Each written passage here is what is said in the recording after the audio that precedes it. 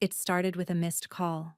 I was sitting in my kitchen peeling the skin off an overripe apple when the screen of my phone lit up with an unfamiliar number area code from 3 states away.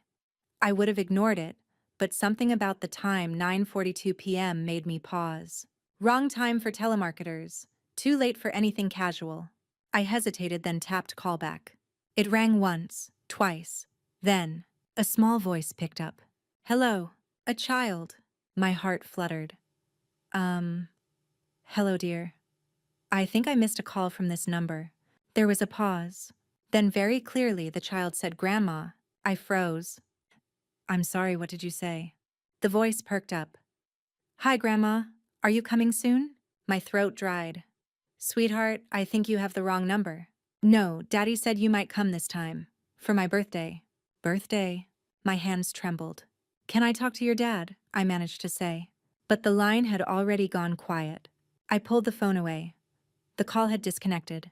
My heart thudded in my ears as I stared at the screen, the call log blinking back at me like a dare. Unknown number, 0043. I didn't know what to do. I have one son. His name is Daniel, and he has no children, or so I believed. I barely slept that night. I lay in bed with my eyes open, mind spinning. The voice echoed in my head. Hi, Grandma, so casual, so innocent. So believing.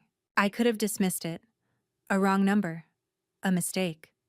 Maybe someone's grandchild misdialed. That would have been the rational thing. But something about it didn't feel wrong. It felt close. Too close. The next morning, I called Daniel. He picked up on the second ring, which was unusual for him. Hey, Mom, everything okay? I didn't ease into it. I got a strange call last night. From a child. Called me Grandma. Silence. I waited. Then really? That's odd. He said it flatly, almost rehearsed. I narrowed my eyes even though he couldn't see me. Do you have something to tell me, Daniel? No. I mean, kids misdial all the time. Probably just a random number. The way his voice cracked ever so slightly on random sent a chill down my spine. I suppose I said quietly. But I didn't believe him, and he didn't ask any more questions. I went about my day as usual. Took a walk, stopped by the library, made tea, tried not to replay that call. But in the evening, when I opened the mailbox, I found something odd, wedged between an ad for gutter cleaning and a coupon booklet. It was an envelope. No stamp. Hand-delivered. The handwriting was messy, like someone in a rush. It was addressed to Daniel Leland with our home address. But the return address was from another city. I brought it inside, sat at the kitchen table, and stared at it. Daniel hadn't lived with me for years. He kept a box of old things in his childhood bedroom, sure, but he had his own apartment in town. Why would someone send something to him here? I flipped the envelope open. Inside was an insurance document. Dental, to be exact. It was basic enough until I saw the listed dependents. One child, age 4. Name Eli Rhodes. My fingers gripped the page tighter. Primary policyholder Daniel Leland. Spouse Jenna Rhodes. I sat there blinking. Rhodes. I didn't know any Jenna Rhodes. I didn't know any Eli. And Daniel? Daniel had never said a word. The call. The child. Are you coming for my birthday? My stomach twisted. It wasn't a mistake. It was a message. A leak in the dam Daniel had built for God knows how long, and I had only just now heard the first crack. That night, I didn't call him. I needed more. I sat at my computer, opened a blank browser, and typed Jenna Rhodes plus city name on the envelope. The results were slow at first. But then I found a Facebook profile. Jenna Rhodes, private account. Profile photo showed a woman, light brown hair, kind smile, holding a little boy with messy curls. The caption read, "My whole heart." She had no visible friends list, but one tagged photo stood out. A 4th of July BBQ. In the background, Daniel, holding a plate, laughing, like he belonged there, because he did. I clicked the photo. The post was dated nearly a year ago. A year. He'd been there all that time, living a second life. And I had no idea. I closed the laptop. The air in the house felt heavier. How many times had he visited me and said he was busy with work? How many weekends had I spent thinking he was alone in his apartment while he was with them, with her, with Eli, with the boy who called me Grandma? I looked around my house, suddenly foreign. Every picture of Daniel on the wall felt dishonest, as if I had been loving a version of him that didn't exist anymore. Or maybe he never had. I poured a glass of wine that night, something I rarely do, and sat in the dark.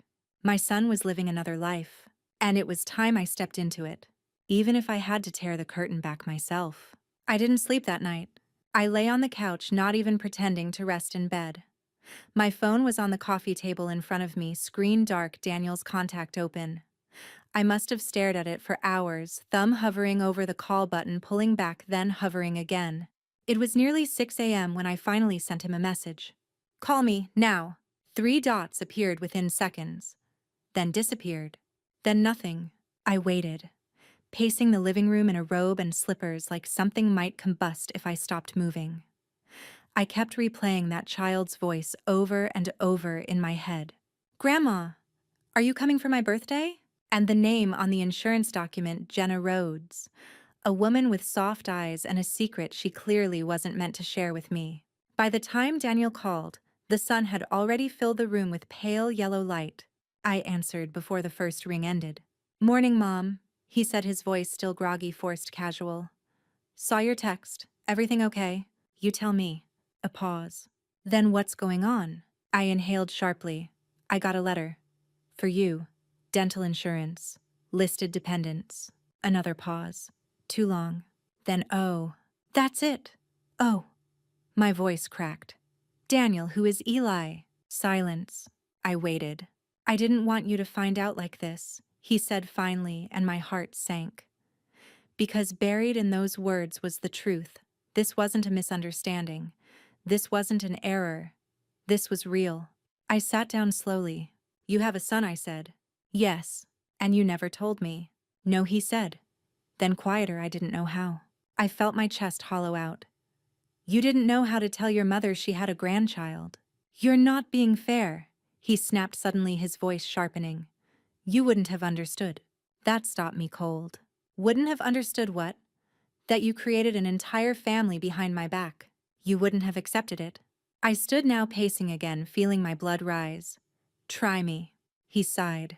"It's complicated. I have time." "I didn't mean to lie," he added. "I just didn't tell you." "There's no difference." There was a pause, then a low, defeated sigh. "Can we meet? I'll explain everything, please." "I'll come to your apartment," I said. He hesitated. "What?" I asked. "I'm not there right now." "Where are you?" A long pause. Then he said it. "The other city." The name of it, just hearing it come from his lips, felt like a slap. The city on the envelope. The city where Jenna lived. Where Eli waited for a birthday visit from a grandmother who didn't even know he existed. And Daniel was there. With them. "Mom, just let me explain in person, please." "When?" "I'll drive to you tonight." I nodded slowly, though he couldn't see me. "Okay." But my mind was already moving in the opposite direction.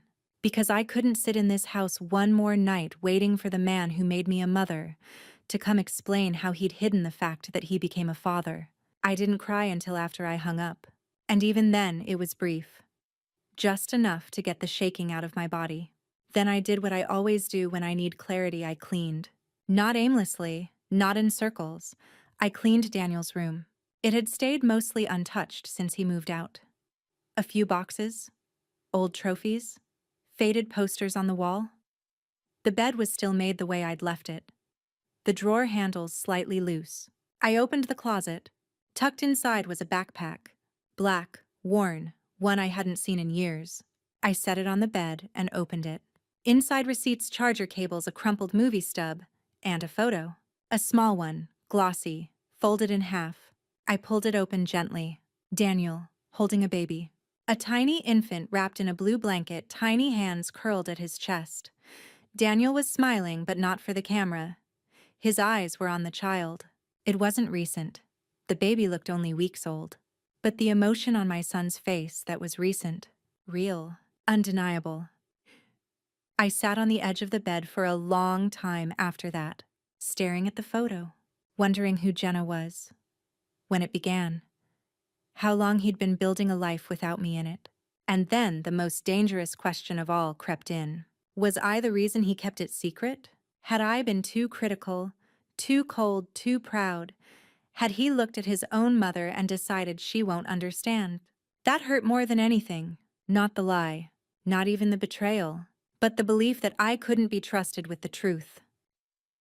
That afternoon, I sat down and wrote him a letter. Not an email, not a text. A letter. Pen to paper. The way I'd done when he went away to college. Daniel, I don't know who you are anymore. And I don't know who I was to you for you to keep something so monumental hidden from me. You became a father, and you kept it a secret. I'm trying not to feel angry, but I am. I'm trying not to feel like a stranger, but I do. If you want me in your life, now really want that, then you're going to have to prove I belong. Because right now it feels like I'm not part of your family, and I am your family. Mom, I didn't mail it. Not yet. I folded it, placed it in an envelope, and tucked it in my purse. Then I booked a train ticket to the city he never told me about. If my son wouldn't bring the truth to me, I would bring myself to it. The train pulled out of the station at 8:04 a.m. I sat by the window watching the landscape blur into streaks of muted color, cornfields, warehouses, patches of pine and dead grass. The rhythmic sway of the carriage might have soothed me once. Not today. In my purse, the letter I had written to Daniel remained sealed. I hadn't decided what to do with it. Part of me wanted to read it to his face. Another part feared I wouldn't recognize the man I'd be reading it to. I didn't tell him I was coming. That part didn't sit well with me. It felt wrong. Like I was becoming a character in a story I wouldn't usually read. But Daniel had rewritten our story already. I was just stepping into the margins where he hadn't expected me to look. The ride was 3 hours long. I barely blinked. My mind ran loops through all the birthdays I'd spent alone, all the weekends he said he was on call, all the times I'd asked if he was seeing anyone and gotten a vague, dismissive shrug. And then the image Daniel on someone else's porch kissing a woman I didn't know, and a boy running into his arms like it was the most natural thing in the world. "Hi, Grandma, are you coming for my birthday?" That voice still lived in the space behind my ribs. I'd never met him, and already I couldn't stop hearing him. When I arrived in the city, I didn't check into a hotel. I went straight to the address on the insurance envelope. Jenna Roads, a tidy neighborhood, modest homes, tree-lined streets, clean sidewalks, a yellow door with a cracked mailbox. I sat on a bench across the street for nearly 20 minutes just watching. At one point, a young woman emerged, shoulder-length brown hair, holding a small backpack in one hand and a juice box in the other. A little boy trailed behind her, bouncing. He had Daniel's hair, the same messy curls he used to hate when he was a boy. My heart pounded. She locked the door behind them, buckled him into the back seat of a compact SUV, and drove off. I didn't follow. I just sat there, processing. That boy was mine in a way that no one had ever told me. A living, breathing continuation of my blood, my story, and I didn't even know his birthday. Eventually, I stood and crossed the street. Their mailbox was half open. I didn't touch it. But a package had been left on the porch, a children's book, the kind that comes in a glossy cardboard sleeve. Taped beside it was a note. "Jenna, thanks for hosting Eli's party this weekend. We'll bring cupcakes. Mallory." The handwriting was bubbly friendly. The word party hit me like a blow. So it was true. His birthday was soon. And no one thought to tell me. I backed off the porch quickly, my heart racing. This wasn't just a second life. This was a full life planned around me, without me. Back in town, I found a quiet coffee shop and sat in the farthest corner. I opened my phone and typed Daniel's name into Facebook. No recent updates. But I dug deeper through tagged photos, old posts, connections. I found one from a mutual friend dated 2 years ago. A weekend escape to the other home. There was a photo of a backyard barbecue. Daniel stood in the corner, smiling at Jenna, who was holding a toddler. The caption didn't name her, but it didn't need to. It was the same boy, the same eyes. Eli. I stared at the screen, absorbing the timeline. 2 years ago. and I'd had no idea. And then something else. A comment under the photo. How's the little man growing fast? You and Jenna are killing it as parents. Another response. He's a total mini Dan. I felt like I'd been pushed off a ledge. Everyone knew, friends, neighbors, co-workers. Everyone but me. I left the cafe and walked. Nowhere in particular. I wandered into a bookstore, tried to lose myself between shelves. But every children's book made me flinch. Every father with a stroller on the sidewalk felt like a private punch. And then it happened. I turned down a street and ran right into Daniel. He was walking out of a pharmacy with a paper bag in hand. For a moment, neither of us spoke. He froze. I did too. Then he said, "Mom." I didn't answer. Not with words. I pulled the letter out of my purse and handed it to him. He took it slowly, eyes scanning the envelope. His hands trembled. Then he looked at me. His face was pale. "Why are you here?" "I came for the truth," I said quietly. And I found it. He opened his mouth, maybe to explain, maybe to lie again. I'll never know. Because I turned and walked away before he said a word. The wind stung my cheeks as I walked away from him, but I didn't stop. Daniel didn't follow me. That hurt more than I expected. He just stood there on the sidewalk holding the letter I had written in trembling ink eyes, wide mouth open like a child caught in a lie too big to undo. But he let me go. That silence was louder than any apology. I found a small motel that afternoon just outside of town, the kind with dated carpets and key cards that barely worked. I didn't care. I wasn't here for comfort. I was here for truth. I took off my coat, sat at the foot of the bed, and pulled out my notebook. If he wouldn't give me answers, I would get them myself. I flipped through my earlier notes, names, addresses, the Facebook photos, and went back to that envelope again. The insurance document had listed Jenna as an emergency contact, and underneath her name, Jenna Rhodes Leland. Leland, my surname. So either she had taken his name, or he had given it freely.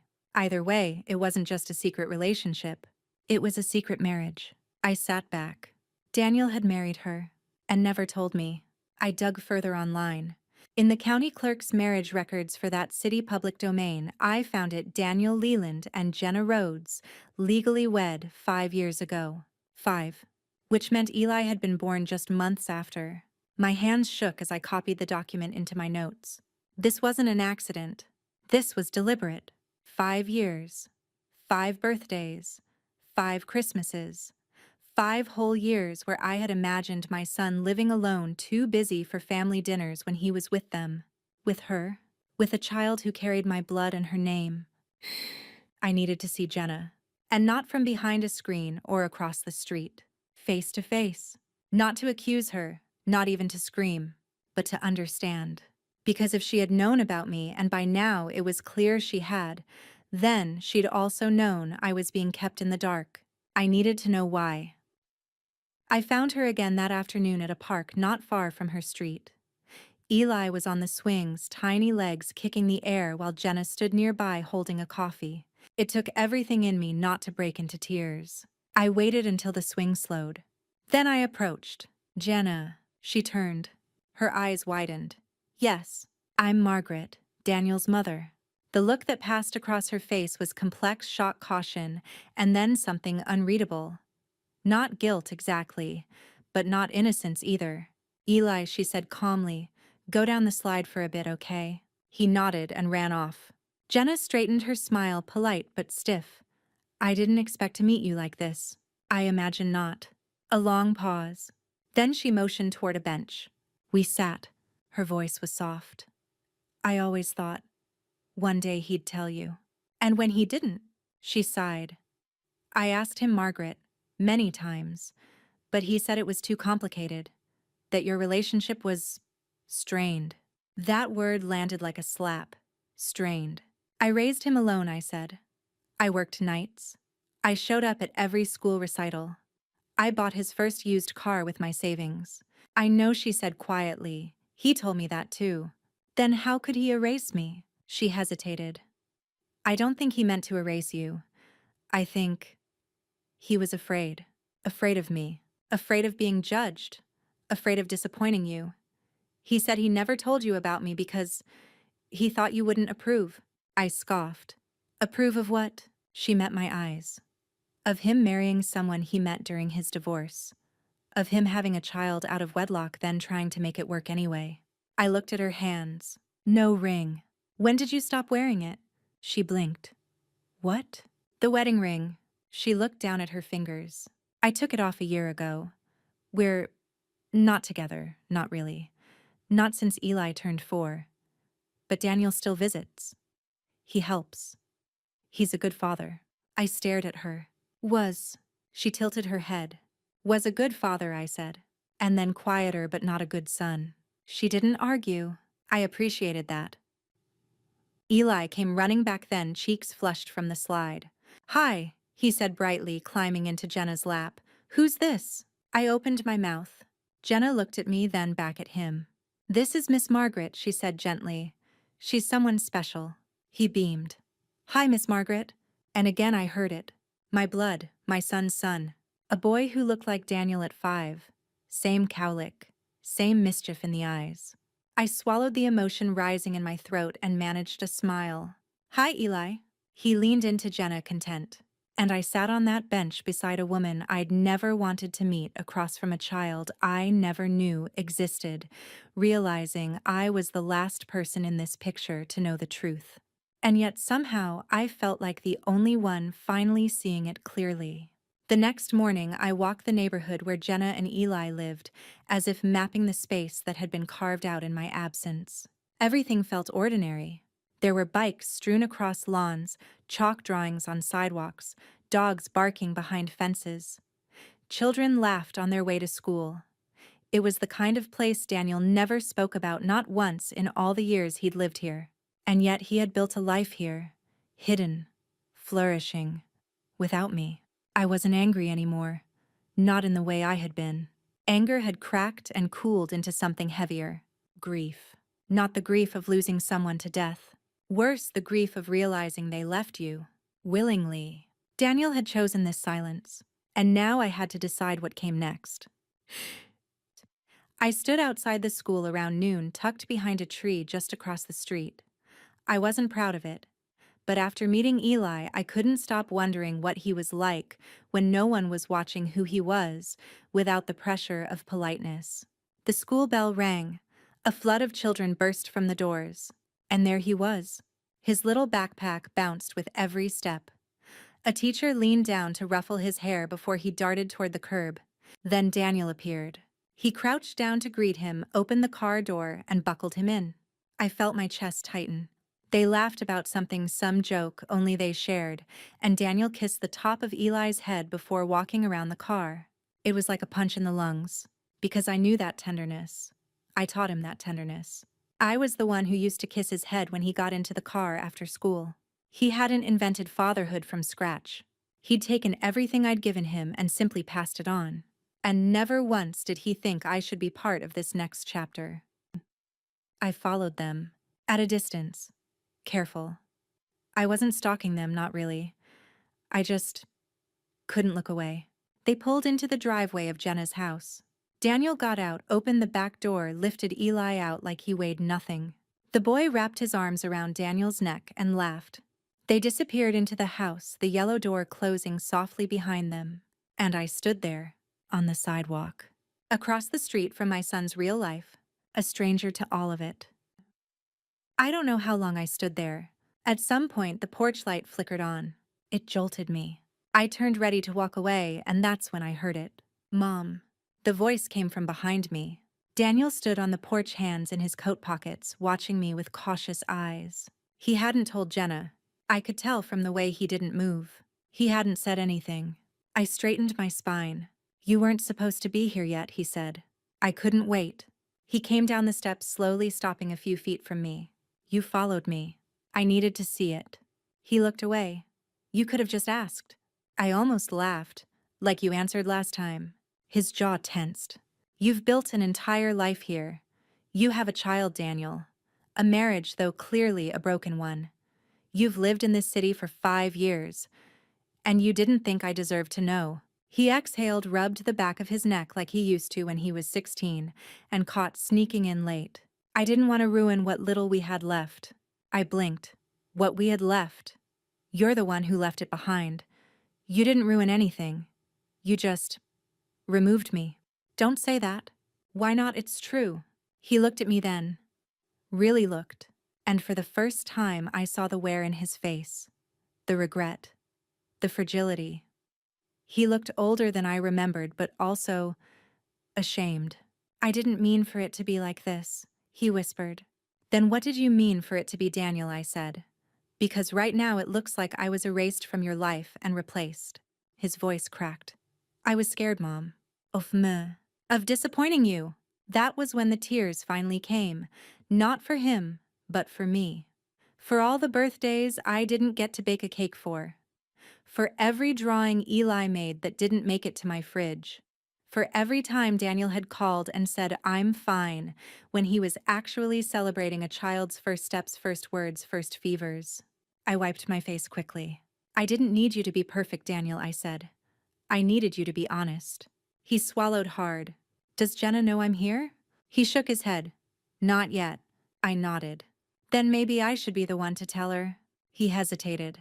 Will you let me in? I asked softly. Not the house, not physically. Will you let me into this life you've built? He looked down at his shoes. I don't know if I can undo what I've done. Maybe not, I said. But you can stop adding to it. He finally nodded. Come inside. The porch light buzzed above us. The yellow door opened.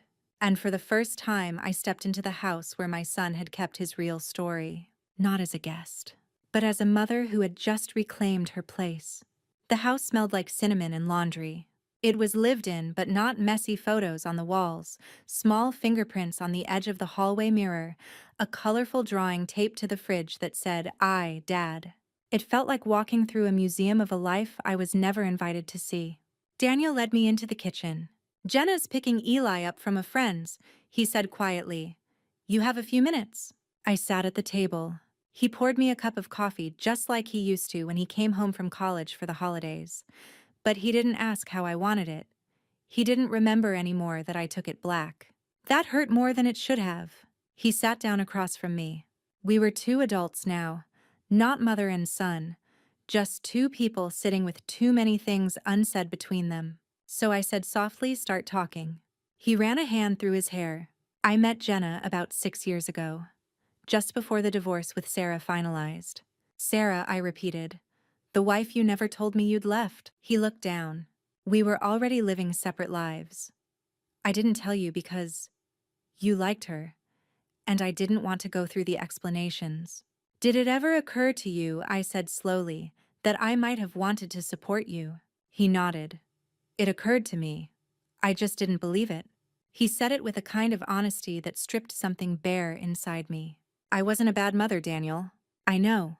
Then why did you treat me like I couldn't handle the truth? He looked pained. Because I couldn't. I blinked. I couldn't handle seeing the disappointment in your eyes, he said. I couldn't bear to tell you I'd failed again. I was supposed to be the one who got it right. The one you raised right. You were, I said sharply. You are. He shook his head. I didn't tell you about Jenna because I didn't think she'd last. And when she got pregnant, I panicked. I thought maybe if I could make it work quietly one day, I'd have something good to show you. Not a mess. My voice dropped. But love isn't tidy, Daniel. Life isn't tidy. You should have known that from watching me. He sighed. I thought if I waited long enough, it would all fix itself. Then it became a lie too big to unravel. And yet I said, here we are. A pause. Then he said something I didn't expect. Do you want to meet Eli properly? I blinked. The memory of his voice on the phone, hi Grandma, rose again like a ghost in the room. I nodded. Of course I do. He looked relieved. Nervous. Like he was about to introduce two planets that had no business orbiting the same sun. The front door opened not long after. I stood. Jenna's voice floated in from the hallway. He fell asleep in the car. I carried him most of the... She stopped when she saw me. Eli, clinging to her shoulder, rubbed his eyes and looked up. His eyes widened. You're back, he said, smiling. Miss Margaret. Jenna's mouth parted slightly. Daniel stepped in quickly. Jenna, Mom's here because I asked her to be. A silence stretched between them. Then Jenna nodded once and slowly lowered Eli to the floor. He ran to me like he'd known me his whole life. He wrapped his arms around my waist and tilted his head up. Did you come for my birthday? My throat tightened. Yes, I whispered. I did. He grinned.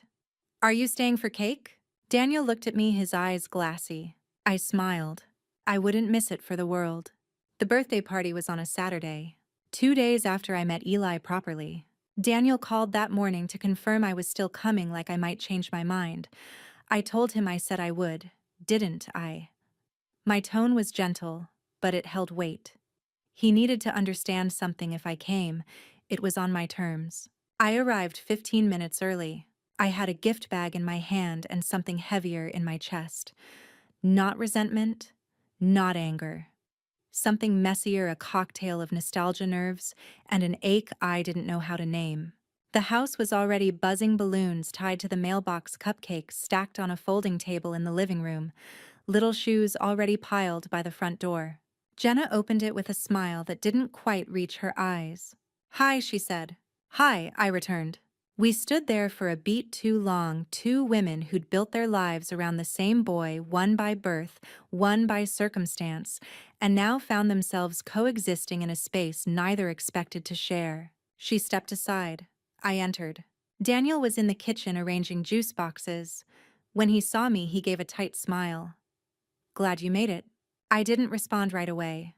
I was busy taking it all in: the cartoon-themed plates, the streamer-draped window, the construction paper sign that read, "Happy 5th birthday, Eli," in colorful letters. There were no photos of me here, but there were dozens of Eli. One where he was riding a pony, another in a kiddie pool, one that showed him asleep on Daniel's chest. That one stung. Daniel caught me looking. We didn't mean to hide it forever. You just hoped I'd never find out, I said quietly. He exhaled. Mom, no, not now. I turned to face him. You wanted to talk? We will.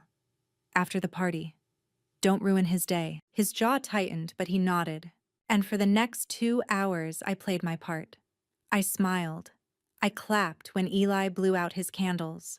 I helped hand out cake. The other parents didn't know who I was, but I could feel their curious glances.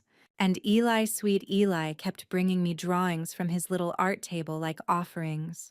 This one's a spaceship. This one's me and Daddy. This one's a dinosaur. He paused before handing over the last one. This one's you. I looked at it, my figure scrawled with curly gray hair and big eyes. It was crude, messy, beautiful. He'd only met me days ago, but already I lived in his imagination.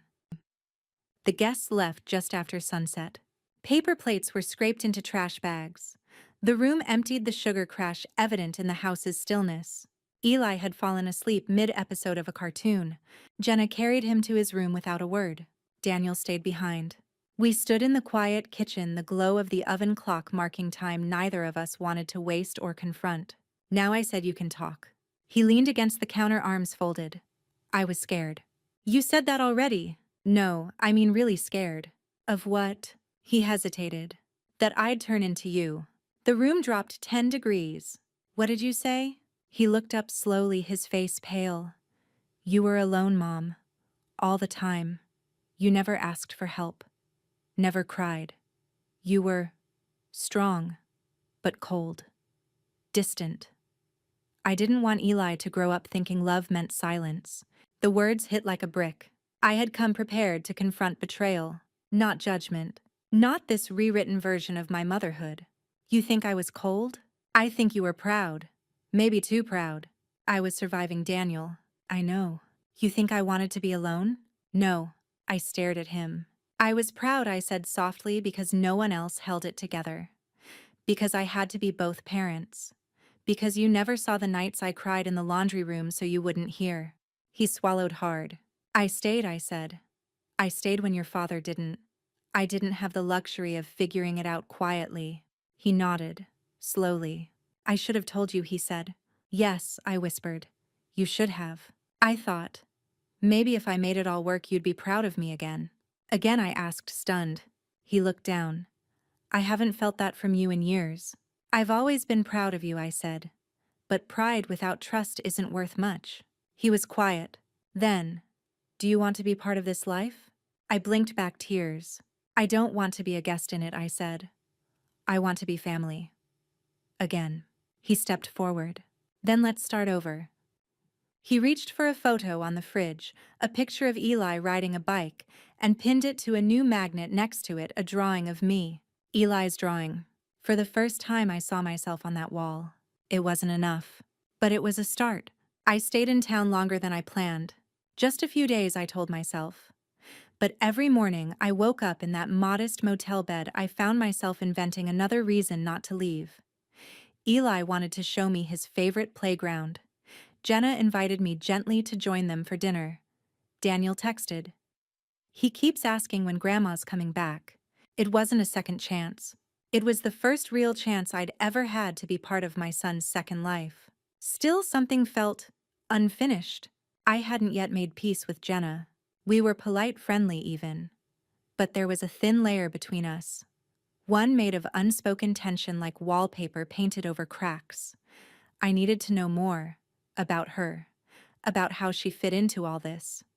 About who she really was when Daniel wasn't in the room. So when she invited me out for coffee, just the two of us, I said yes.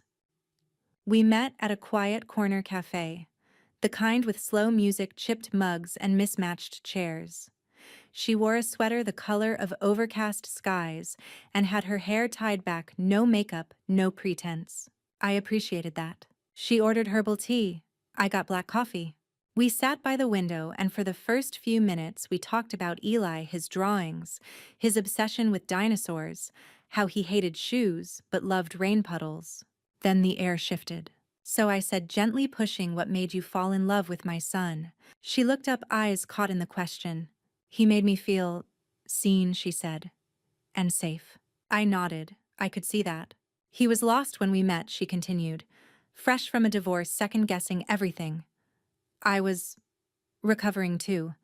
From a long, messy relationship. I studied her face. She didn't wear bitterness. Just fatigue. And something deeper. A wound that had turned into a scar. And when you got pregnant, I asked. She stirred her tea. We were both terrified. I didn't expect him to stay. But he did. She smiled. Every day. Even after we stopped being a couple, he never stopped showing up for Eli. I nodded. He learned that from somewhere. She met my eyes. He learned that from you. It landed in my chest like a sudden warmth. I was angry at you, I admitted. Before I met you, I thought maybe you encouraged the secret, or enjoyed keeping me out. She didn't flinch. I didn't encourage it, she said. But I accepted it. Because I was scared too. Of disrupting what we had.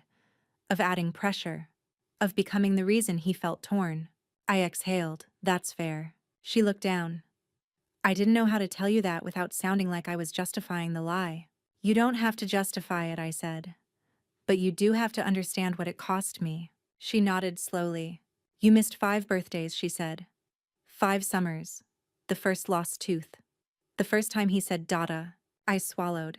I can't give that back to you, she added. I know, I said. But maybe you can give me what comes next. She looked at me, eyes open and honest. I'd like that. We walked out of the cafe together. The sky was heavy with gray, a drizzle just beginning. As we reached the sidewalk, Jenna paused. Can I ask you something? Of course. What are you most afraid of now? After everything. I didn't answer right away. I thought about that yellow door, that crooked smile on Eli's face. Daniel's quiet guilt. I thought about being invisible, erased, unwanted. I'm afraid, I said, that you'll all move forward and I'll be left behind. Again. She didn't try to comfort me with cliches. She just slipped her hand gently around my arm. Not this time. That night, I received a message from Daniel. A photo. Eli asleep in bed, clutching a drawing in his hand. The photo showed the page stick figures of 3 people under a sun. One labeled Dad, one me, and one with curly gray hair and a big red heart labeled Grandma. It was crude. It was perfect. It was real. I set the photo as my phone background, because for the first time in years, I had a place again. The next morning, I did something I hadn't done in years. I went through an old photo album digitally on my phone, a dusty cloud archive I barely used. I tapped through pictures of Daniel as a baby gummy smiles, scraped knees his first Halloween in a tiger onesie. There was one photo in particular that made me stop, a picture of the two of us on his high school graduation day. He had his arm around me, and I remember clearly now it was the last time he looked at me without guilt in his eyes. Later that afternoon, I was sitting at the playground with Eli while Daniel ran to grab snacks. Eli climbed the jungle gym like it was a castle, waving at me from the top. "Grandma, look. I see you," I waved back, smiling. A woman nearby turned and smiled at us.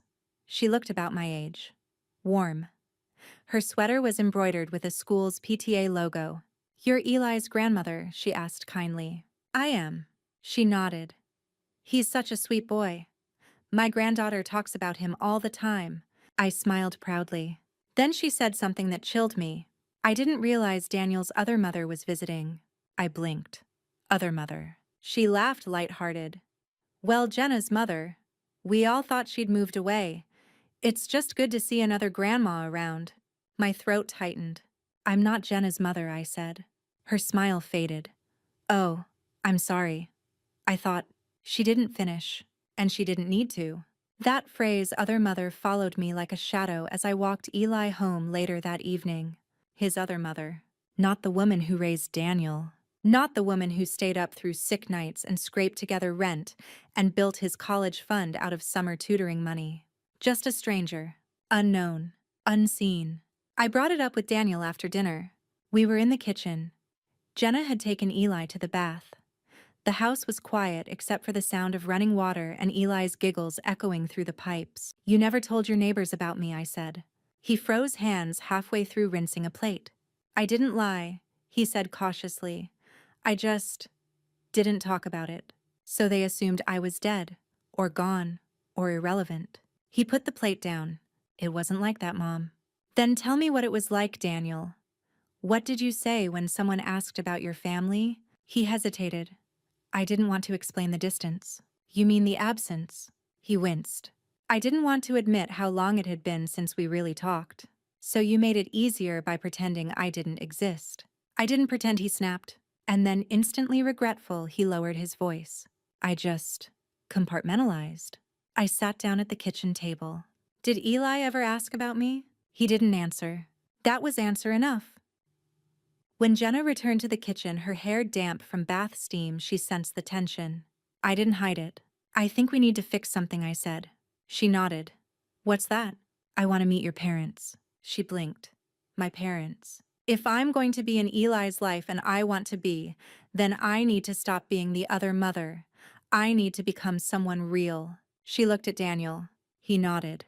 "She's right," he said. The meeting was set for the following weekend. I didn't know what I expected from Jenna's parents. I imagined disapproval, distrust, maybe even rivalry.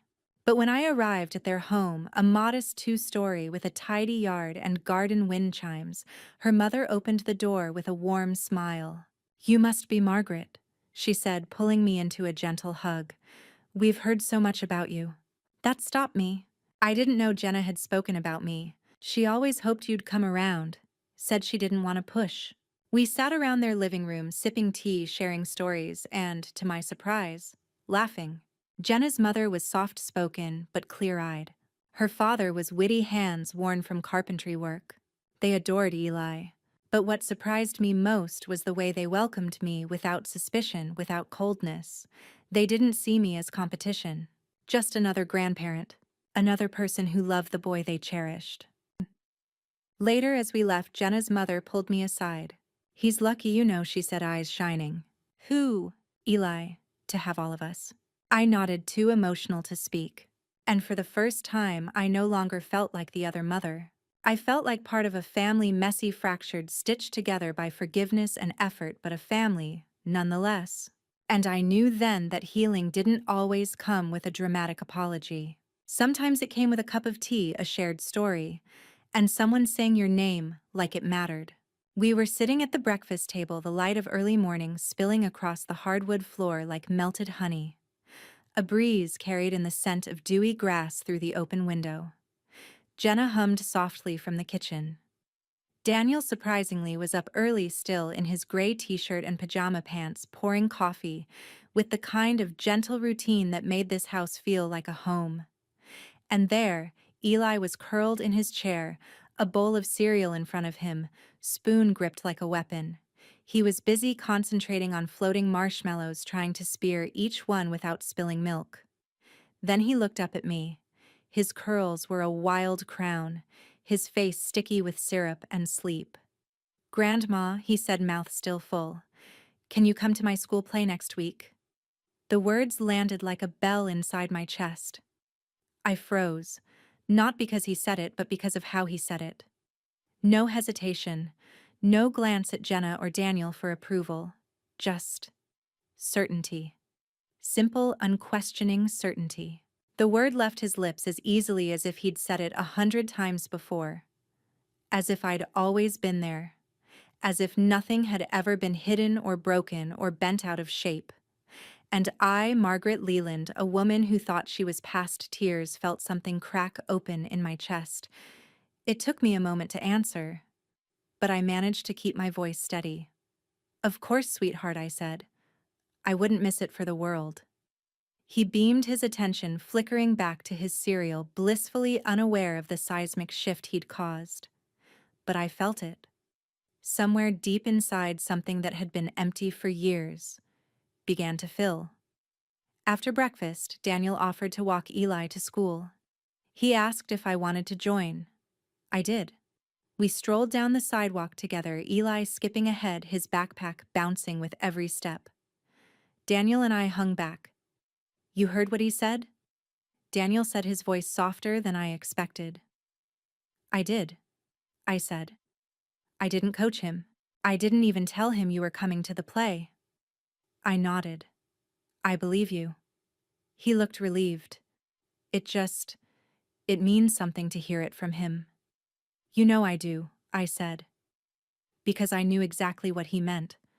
I knew what it was like to carry guilt so long it began to sound like your own voice. And I also knew what it felt like to be forgiven without ceremony, without requirement. Just naturally. That's what Eli had done, forgiven me for not being there. Even though he didn't know why I hadn't been, he just accepted me. As I was. That afternoon, I sat in the living room while Jenna folded laundry. Eli was at preschool and Daniel was working from the home office in the guest room. Jenna broke the silence first. "You were quiet this morning." I smiled faintly. A good kind of quiet. She nodded. "The play is next Friday. He's been talking about it for weeks." "What's he playing, a cloud?" I laughed. "A cloud?" She grinned. "They're doing a weather-themed show. His class is the sky, apparently." "Well, I've never seen a more enthusiastic cumulus," I said. We shared a real smile then. One without tension or resentment. Jenna glanced at the laundry basket. "He's been calling you Grandma to his friends too. It just started overnight." My throat tightened. "I think it started the moment I sat on the floor with him and colored dinosaurs," I said. She nodded slowly. "He doesn't need a definition. He just knows you belong." I let that sit for a moment. "He knows because you let me in," I added. "You could have shut the door." "You didn't." Jenna met my eyes. "We were wrong to keep you out. I see that now." There was something in her voice, low, genuine, unguarded. It wasn't quite an apology. It didn't need to be.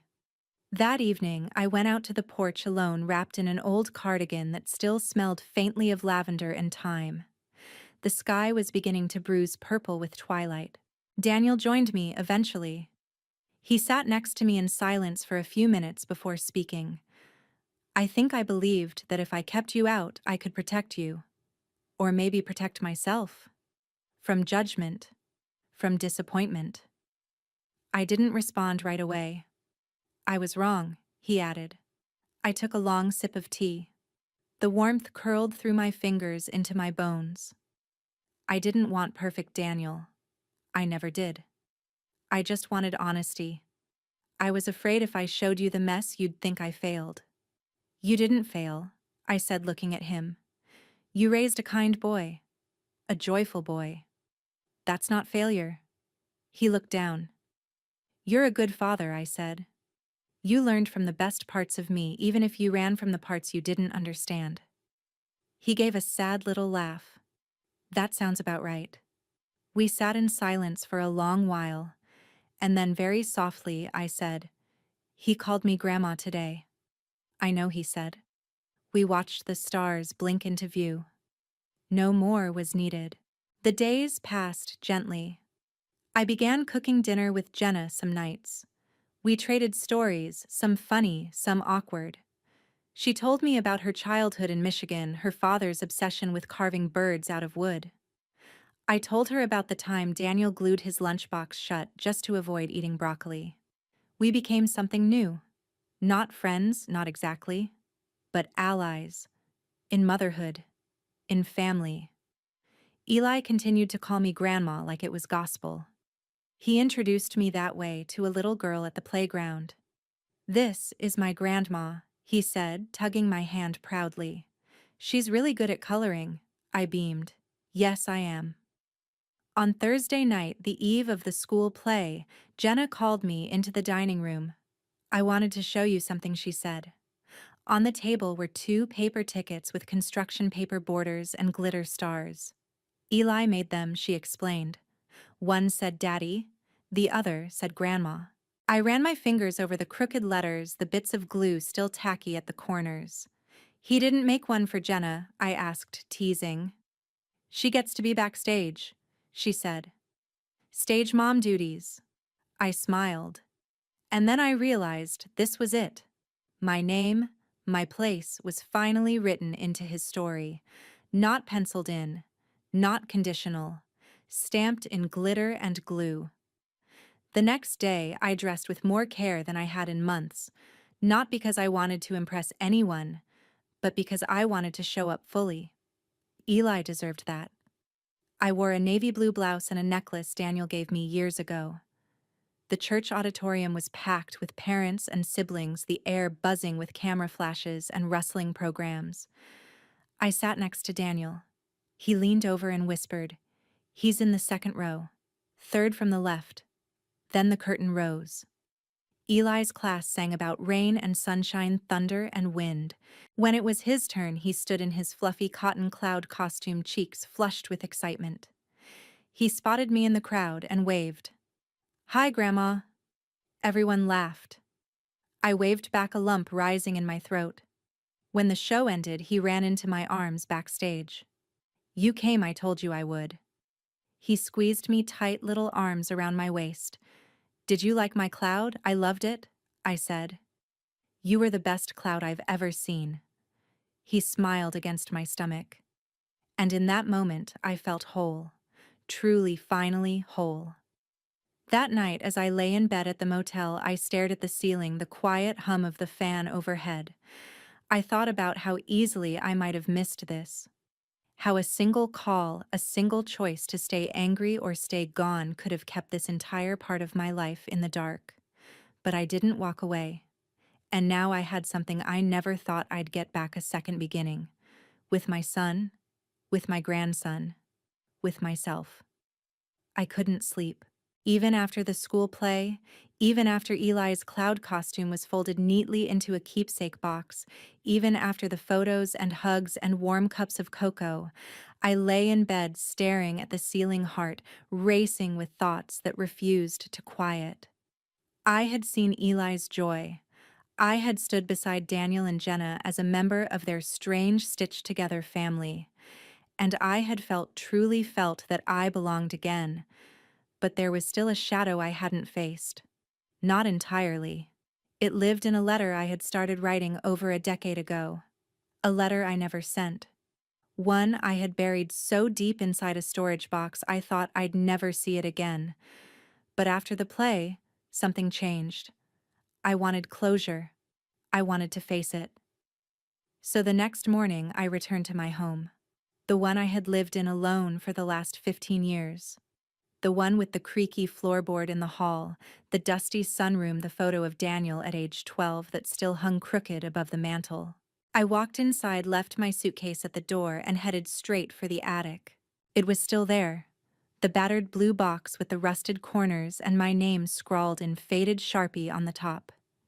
Inside, layers of old documents, school forms, postcards, photos.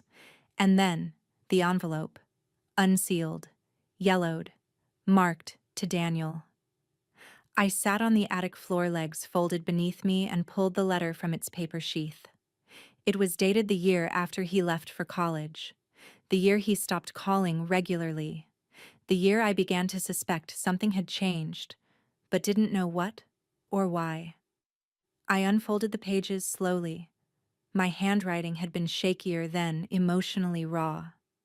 There were places where the ink had bled slightly, as if from the pressure of the pen, or maybe from the weight of the things I had tried not to cry about. I began to read. Dear Daniel, I don't know if you'll ever read this. Maybe I'll never be brave enough to send it. Maybe by the time I do, you'll be too far gone to care. But tonight, I sat on the kitchen floor and cried into a dish towel, and I realized, if I don't say something now, I might never say it at all. I miss you. I miss your voice. I miss the way you used to sit on the counter while I made dinner, telling me about your day. I miss knowing what's going on in your life, without having to read between silences.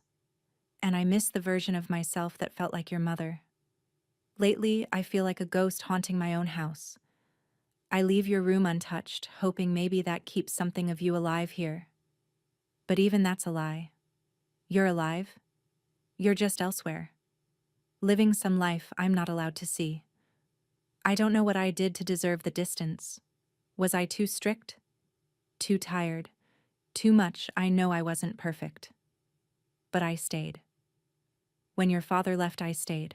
I carried you through storm after storm, and I did it proudly. All I ever wanted was to raise someone kind, strong, good, and I did. I know that. I believe that. I just wish. I wish I could still see that part of you up close. I don't want to control your life. I just want to be part of it. Please don't leave me out forever. Love, Mom. By the time I finished reading, my hands were trembling. The letter wasn't angry. It wasn't bitter. It was the voice of a mother afraid she was being forgotten and too proud to say it out loud. And now, 15 years later, it had come full circle. I finally knew the truth. Daniel hadn't meant to erase me, but he had. Not maliciously, not out of hatred, but out of fear, out of shame, out of his own tangled narrative about what I would or wouldn't accept. But I had never asked for perfection, only presence, only honesty. And maybe, just maybe, it wasn't too late to say that out loud. So I did something I never thought I'd do. I took the letter, added a second page, handwritten again, but steadier now, and I placed the whole thing in a new envelope. On the outside, I wrote to my son for real this time. Dear Daniel, continued, I found this letter today. I wrote it over a decade ago and never sent it. I think I was too scared, too proud, too afraid of rejection. But now I realize, holding this paper, that silence is its own kind of rejection. And I won't be silent anymore. I see you now, not just as my son, but as a man who struggled, who stumbled, and who still tried to build something beautiful out of the mess. I don't need an apology. I just need you. I'm proud of who you've become. And I want to be here for all the years we almost lost. If you're willing, let's start again. Love, Mom. I sealed it. This time I didn't hesitate. I mailed it to his house. Not because we hadn't already spoken, not because we hadn't started patching things back together, but because sometimes saying it once isn't enough. Sometimes we need to say it in ink, on paper, as proof that healing isn't temporary, it's a commitment, a quiet vow. That weekend, Daniel called me. I got your letter, he said. His voice was tight. I heard the emotions he was trying to suppress. I didn't deserve it, he said. Yes, you did, I answered. You were always worthy. You just forgot. He was quiet for a long moment. Then softly, thank you, Mom. 2 words. But they settled something deep in my bones. And for the first time in years, I slept with a heart not weighed down by what had been lost, but lightened by what had been found again. The week after I sent Daniel the letter, I noticed something curious. Jenna invited me over one afternoon, said Eli wanted to show me a new drawing. He met me at the door, a swirl of crayon colors in hand, shouting, "Grandma, Grandma, look, I made a rocket ship. It's going to the moon." I laughed, lifting him into my arms and spinning us both in the tiny hallway, overwhelmed again by how natural this all now felt. But there was something new that day, something Daniel and Jenna hadn't mentioned. A photo album sat open on the living room table, a half mug of tea nearby, and stuck inside like a time capsule was a birthday card I didn't recognize. On the cover, a crudely drawn sun with glittered rays. Inside, in Daniel's handwriting, was a note that stopped me cold. To Eli, on your first birthday. One day you'll meet someone very important. She won't have been here from the beginning, but she will love you as if she had. Love, Daddy. My heart stuttered. Jenna, I called softly. Can I ask you something? She came in, drying her hands on a towel. I pointed to the card. What is this? She looked at it, then at me. Her mouth twitched in a hesitant smile. It's part of the tradition, she said. Daniel writes him a letter every year, on his birthday. I stared. Every year, she nodded. It started when Eli turned 1. He puts them in the back of each year's album. Says it's for when Eli's older. A time capsule, he calls it. I reached for the other albums stacked beneath. 4 more. I flipped through the pages, each full of tiny moments I had missed, a frosting-covered face toes in the sand, a crayon crown at a birthday picnic. And at the back of each, another letter. Each one signed the same Love, Daddy. Some were short, some emotional. But one thing stood out: each one mentioned someone unnamed, a person Daniel always seemed to be waiting for. Until the most recent one. Eli's 5th birthday. Dear Eli, you're 5 now. I'm still amazed. This year something changed. You met someone I've always known you needed, even if I was too slow to bring her into your world. Her name is Margaret, but to you, she's just Grandma. Hold on to her. She is strong even when she's quiet. She's been through storms and still finds a way to shine. You come from her. And that means something. Love, Daddy. I wiped at my face before I even realized the tears had started. He hadn't erased me. He'd been preserving me. In the only way he could, by writing me into the future before he could bring me back into the present. Later that evening, I found Daniel alone on the back porch. He was looking out over the small garden, Eli's tiny plastic shovel stuck in a patch of overturned dirt.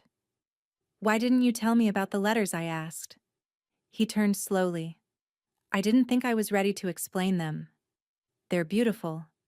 He nodded, then gave a faint smile. I wasn't sure you'd ever read them. I stepped closer. Do you want to know what I think? Sure. I think you wanted to believe I was gone, but deep down, you never let go. He looked away, eyes shining. I couldn't. I'm glad you didn't. That night, I started a new tradition of my own. I went home, pulled out a fresh notebook, and wrote my first letter to Eli. I didn't say I was sorry, not yet. I didn't try to explain the years I missed. I simply wrote about the moment he called me Grandma and what it did to my heart. Dear Eli, I wasn't there for your first birthdays. I missed the candlelight and the wrapping paper and the cake smeared across your face. But I'm here now. I watched you stand in your cloud costume and call my name, and I realized something. It's never too late to be someone's beginning. Love always, Grandma. A few days later, Daniel knocked on my door. He held a wrapped box in his hand. Small, square, tied with a red ribbon. What's this? I asked. He shrugged. Belated gift. For you. I sat down and opened it. Inside was a charm bracelet. Silver, modest, simple. But hanging from the chain were 5 tiny charms. A cloud, a pencil, a folded paper airplane, a small book, and finally a tiny envelope. I looked at him. The envelope, I said, holding it between my fingers, is for the letter. He nodded. Yours and mine. The next time I visited Eli, he saw the bracelet on my wrist and asked what it was. It's a story, I told him. One that's still being written. He grinned. I want a bracelet too. I leaned in and whispered. Then you'll have to earn a few charms of your own. His eyes lit up. Like levels? Exactly. He dashed off to find paper and crayons, already plotting what adventures would get him his own story. That night, Jenna pulled me aside. He's been drawing you every day at school, she said. He calls it his grandma journal. The teacher says he insists you wear a cape in every picture. I laughed, heart blooming. A cape. She smiled. You're a superhero now, I'll take it. There was something deeply healing in this birthday tradition. Not just for Eli, but for me. Every year of his life I had missed was now marked, remembered, even honored. And going forward, I wouldn't miss another. Eli was never short on questions. Why is the moon round? Why do dogs chase their tails? Why does cereal get soggy if you wait too long? But the one he asked that morning stopped me cold. We were sitting on the porch swing, the kind that creaked gently with every sway. He had his favorite dinosaur socks on, mismatched shoes, and a chocolate chip granola bar in his hand. The air was thick with summer, the sun not yet high enough to be cruel. He took a bite, chewed thoughtfully, and looked up at me. Grandma, he said, licking his fingers. Why didn't you come when I was little? My chest tightened. What do you mean, sweetheart? He swung his legs, thinking. I had birthdays. And Christmas. And when I had that big boo-boo on my knee in the park, I remembered that Daniel had shown me the photo. Eli with a Spider-Man bandage and a brave smile. You weren't there then, he said. There was no accusation in his voice, no bitterness, just a question. An honest, piercing question. And for the first time, I knew I had to answer it. I didn't want to lie. I didn't want to sugarcoat it either. But how do you explain to a 5-year-old what it means to be shut out? How do you say, your father made a mistake without making it sound like everything was broken? I took a breath. Eli, I said gently, sometimes grown-ups make choices that seem smart at the time, but they don't realize how much those choices hurt. He looked up at me, curious but calm. Your dad and I, we had a hard time, a misunderstanding, and it made us stop talking for a while. Did he get mad at you? I smiled sadly. A little. And I was hurt too. Sometimes when people feel hurt, they stop reaching out. They stay quiet. But you're not quiet now, he said. No, I whispered. I'm not. He leaned against me, head resting on my shoulder. I'm glad you came, he said. I like when you're here.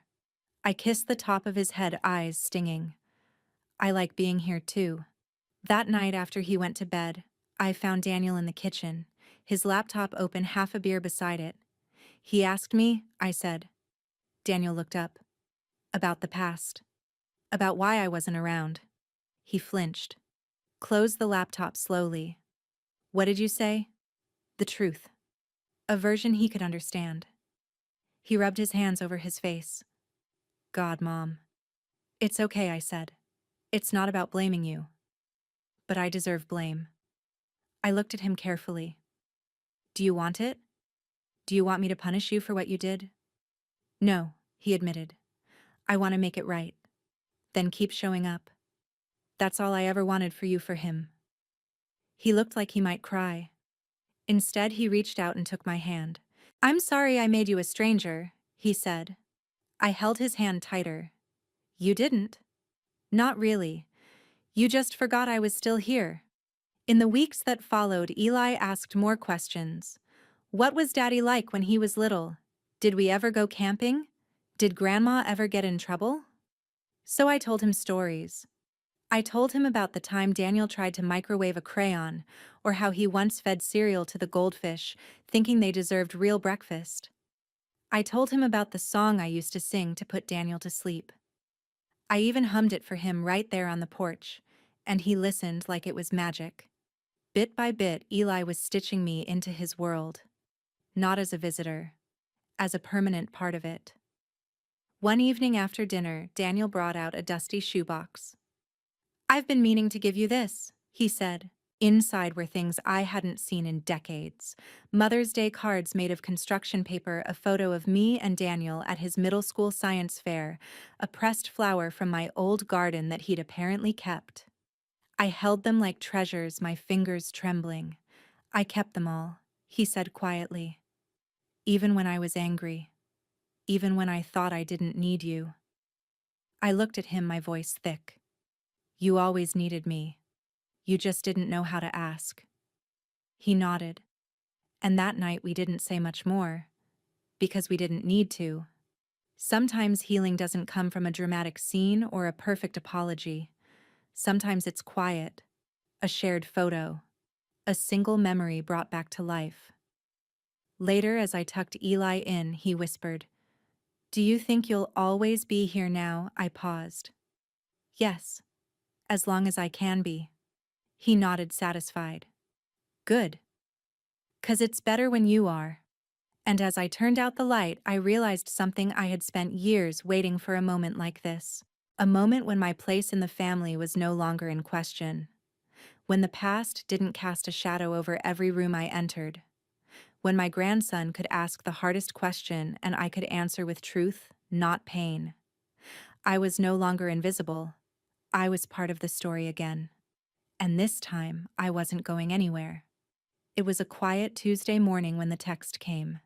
I was watering the garden, lost in the rhythm of the hose and the shimmer of sun on damp leaves. The phone buzzed in my apron pocket. I nearly ignored it. But something, maybe instinct, maybe hope, made me check. Eli wants to plan his birthday this year. He says he wants Grandma to help. I stood still for a long time, the hose still running over my feet. The words sank into me slowly like sunlight into cold skin. My hands trembled as I typed back. Tell him I'd be honored. And I meant it with every part of my being. This would be Eli's 6th birthday. But for me, it was the first one I would live inside. Not watch through photos, not hear about secondhand. This time, I'd be part of the messy, magical chaos. Jenna called later that day. "We thought maybe you could come by Saturday," she said, sounding a little nervous. "He wants a space explorer theme, with treasure maps and volcanoes." I laughed. "Of course he does." She chuckled, relaxing. "He's already drawn half the decorations in his notebook. He even wrote your name at the top, Grandma in charge of space things." I blinked hard against sudden tears. "I'll be there." Saturday morning, I arrived with a tin of oatmeal cookies and a car trunk full of crafting supplies. Eli opened the door in a paper astronaut helmet, beaming like he was already halfway to Mars. "Grandma," he shouted, jumping up and down. I made a plan. He pulled out a crayon-drawn schematic: planets, jungle vines, a volcano, and somehow a pirate ship. "It's called Operation Birthday Danger," he declared. Jenna appeared behind him, laughing. "He's been preparing all week." We spent the day sprawled across the living room floor, cutting stars out of foil and gluing googly eyes to cardboard aliens. Daniel brought snacks and hovered with amused affection. At one point, Eli turned to me and said, "You make birthdays way more fun." I looked at him, feeling my chest tighten in the most beautiful way. "You make everything more fun," I said. Over the next few days, I returned to help more. Each time, the house felt warmer. Not in temperature, but in welcome. Jenna let me take over the volcano cake plan. Daniel taught Eli how to build a telescope out of cardboard tubes. The kitchen became a workshop of laughter-spilled glitter and trial-and-error engineering. We laughed when the icing melted. We improvised when the stars kept falling from the ceiling. There was something sacred in those moments, something that felt like stitching time back together moment by moment, smile by smile. The night before the party, I stayed late to help with final decorations. After Eli went to bed, Daniel and I sat at the kitchen table cutting ribbon for gift bags. He told me, "You're the reason this birthday feels different," he said. I looked up. He said, "It's better this year because Grandma makes it feel like a real mission." I smiled, heart swelling. He's quite the little commander. Daniel's eyes softened. He really sees you. I swallowed a lump in my throat, and I finally feel seen. We worked in silence for a while. Then he said, "I know I've said it before, but I'm really glad you're here." I reached across the table and touched his hand.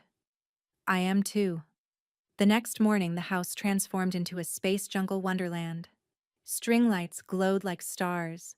Streamers curled from the ceiling like vines. A handmade banner read, "Mission Eli turns 6." Kids started arriving at noon. Some wore astronaut suits, others pirate hats. One girl came dressed as a purple meteor. Eli took command, immediately assigning missions and handing out explorer vests. The adults hovered around snacks and admired the decorations. Jenna moved from guest to guest with effortless grace, and Daniel played music through a Bluetooth speaker, his arm occasionally brushing mine with the comfort of familiarity. But Eli stayed near me. He pulled me to his moon crater sandbox, asked me to be on his scavenger team, insisted I judge the rocket race. And when it came time for the cake volcano frosting and all, he climbed up on a chair beside me. "Can Grandma light the candles?" he asked. Jenna and Daniel both nodded.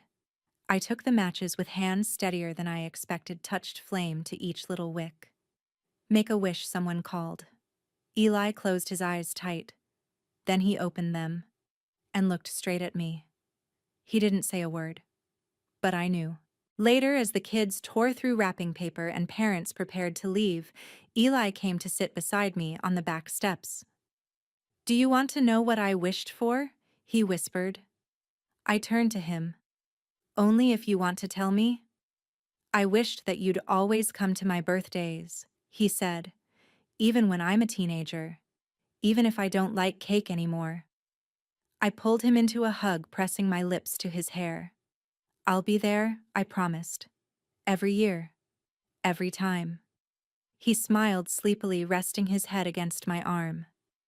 After the guests had gone and the cake was mostly crumbs, the four of us, me, Daniel, Jenna, and Eli, sat on the porch, wrapped in throw blankets, watching the last light slip from the sky.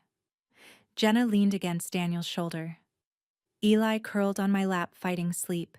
It wasn't grand or loud or cinematic. It was quiet. It was soft. And it was everything I had ever wanted. As the stars began to appear above us, Eli mumbled, "Grandma, will you stay for a sleepover?" Daniel glanced at me, a soft grin on his face. We made up the guest room. I nodded, brushing a curl from Eli's cheek. "I'd love to." That night, after tucking him in, I lingered in the doorway. He opened his eyes one last time. "I'm glad you're my grandma," he whispered. And just before he drifted off to sleep, he added, "You made it the best mission ever." I walked down the hallway barefoot and full of quiet wonder. In the guest room, a small welcome basket waited towels, tea, a lavender sachet, and a note in Jenna's handwriting. "We're glad you're here." I sat on the bed, the bracelet on my wrist catching the moonlight. For the first time in years, I wasn't just in someone else's house. I was home. And I knew without doubt, without hesitation, that I belonged. My name is Margaret, and I used to be a woman lost in the silence between what was and what should have been.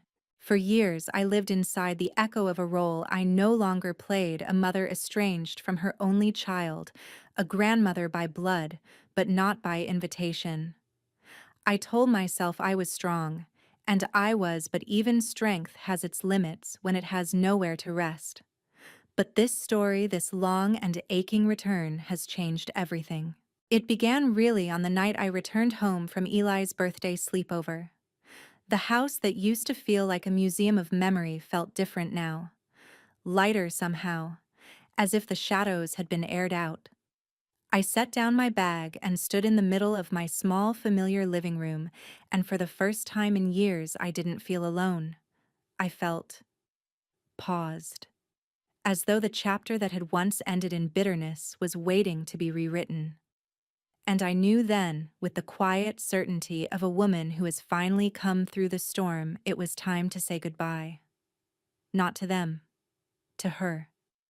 The version of me who lived for years behind closed doors and unopened letters.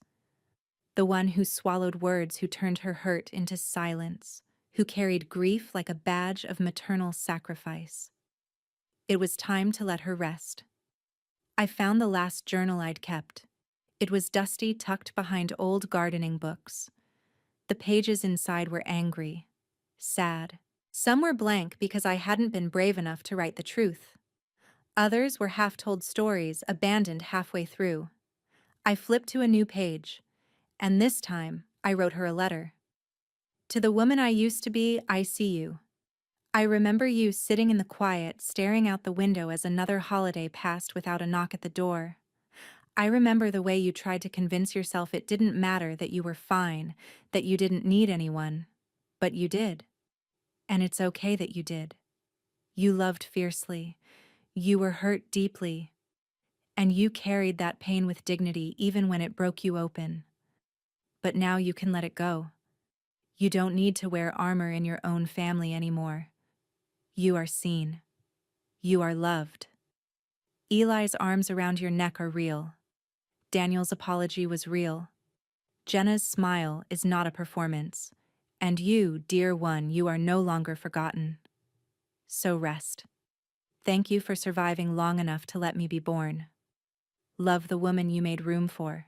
I closed the journal and felt something in my chest soften, not disappear, just settle. The next day, I boxed up the old memories, the ones that hurt. Not to throw them away, but to retire them. Like old tools that had done their job and deserved a place on the shelf. I replaced the photos on the mantel. One of Daniel holding Eli on his shoulders at the beach. One of me and Jenna at the kitchen table laughing over a failed attempt at fondant. And in the center, one of the three of us, Daniel, Jenna, and me, watching Eli blow out his birthday candles. His cheeks full of hope. His eyes bright with something children rarely say aloud. This is what love looks like. In the months that followed, life settled into a rhythm. I picked Eli up from school on Thursdays. We went to the park and made up stories about the ducks or built forts in my living room. Daniel called to ask for recipes. Jenna invited me to her book club, though I mostly listened. We didn't talk about the lost years often. Not because we avoided them, but because we no longer lived there.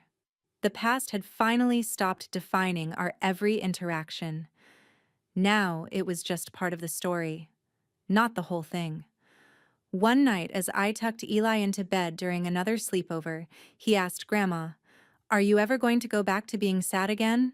I blinked. "Why do you ask that, sweetheart?" He yawned. "Because before you came back, Daddy said sometimes people stay sad so long they forget they can be happy again." I sat on the edge of the bed and took his hand. "I used to be sad for a very long time," I said gently. "But now I know. Happiness isn't something you wait for. It's something you build. Like Lego. Or birthdays." He nodded as if that made perfect sense. "You're good at building?" he murmured, half asleep. "So are you," I whispered, brushing the hair from his forehead. "So are you." And now, as I sit here finishing this story, I want to say something to anyone listening who knows the ache of being forgotten. You are not alone. You are not invisible. You are not too late. Love has a funny way of finding us, sometimes through small hands and cardboard rocket ships, sometimes through the bravery to send a letter, sometimes simply by staying long enough to be found again.